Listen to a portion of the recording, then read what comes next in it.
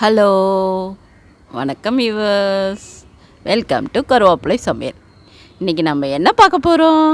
அவல் லட்டு பண்ண போகிறோம். ஓகேவா? விநாயகர் சதுர்த்திக்கே போடணுன்னு நினச்சேன், போட முடியல.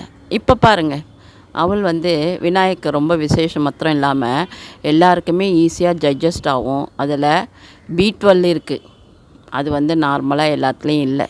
அதனால் குழந்தைகள் முதல் வயசானவ வரை சாப்பிட்ற ஒரே ஐட்டம் அவல் தான். வாங்க வீடியோக்குள்ளே போகலாம். இப்போ பாருங்கள், நான் சட்டி வச்சுட்டேன். சுற்றுத்து அவல் போட்டுட்டேன். அவலை நல்லா வறுக்கணும்.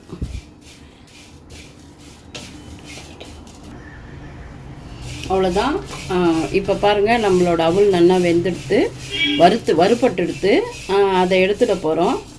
அப்புறம் இதை மிக்சியில் நல்லா நைஸாக ஓட்டிட்டு ஆறின உடனே சர்க்கரையும் சேர்த்து ஓட்டிட்டு நம்ம அடுத்தது ரவா லாடு, அதாவது அவல் லாடு பிடிக்க போகிறோம். முந்திரியை நெய்யை ஊற்றி வறுத்து வச்சுக்கிறேன். அப்போ உங்களுக்கு அதை ரெண்டையும் மிக்ஸ் பண்ணி நான் பிடிக்கிறத காமிக்கிறேன். இதை வறுத்து வச்சுக்கிறது ரொம்ப இம்பார்ட்டண்ட்டு. முதலையே வறுத்து வச்சுட்டுருணும். ஸோ நான் நெய் ஊற்றிருக்கேன், இதை போட்டிருக்கேன். இப்போ வறுத்துடுறேன். பாருங்கள், நம்மளோட முந்திரி பருப்பு எப்படி நல்லா வறுத்துட்டேன் பாருங்கள்.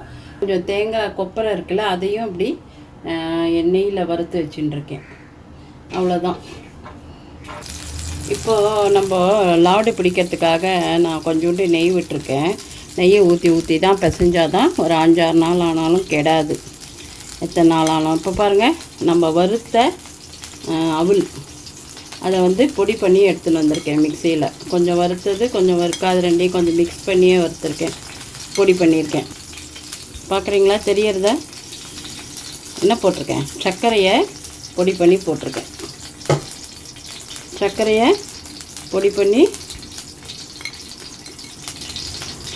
பொடி பண்ணி போட்டாச்சு. இதை நல்லா கையால் இப்படி அழகாக பிசையணும். ஏலக்காய் பொடி தூவியிருக்கேன். இப்போ வறுத்த பொடி பண்ண அவல், சர்க்கரையை பொடி பண்ண சர்க்கரை, ஏலக்காய் எல்லாம் போட்டாச்சு. இப்போ இந்த கட் பண்ணதில் இந்த முந்திரி, இந்த அது பேர் என்ன, கொப்பரையை வறுத்து வச்சேன்ல, முந்திரியும் கொப்பரையும் தேங்காய் கொப்பரை, இதையும் போட்டு எல்லாத்தையும் மிக்ஸ் பண்ணிவிட்டு நம்ம நெய்யை விட்டு இப்போ நான் பிசைய போகிறத காமிக்கிறேன் உங்களுக்கு. இப்போது இந்த நெய்யை காய்ச்சி இதில் இப்படி ஊற்றுறோம்.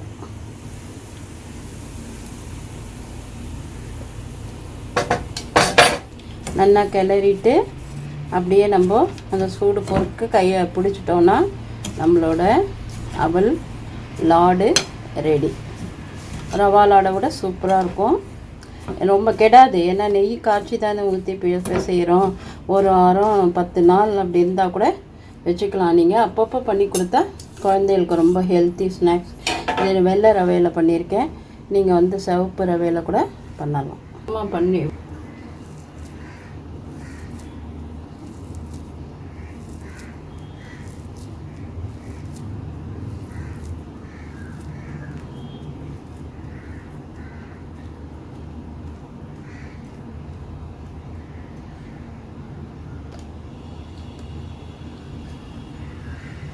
நம்மளோட டிஸ்கிரிப்ஷனில் நீங்கள் போய் பார்த்தீங்கன்னா வீடியோஸ் எவ்வளோ போட்டிருக்கோமோ அவ்வளோவும் இருக்கும், பார்த்துக்கோங்க. எப்போவும் ஆரோக்கியமாக சாப்பிடுவோம், ஆரோக்கியமாக இருப்போம்.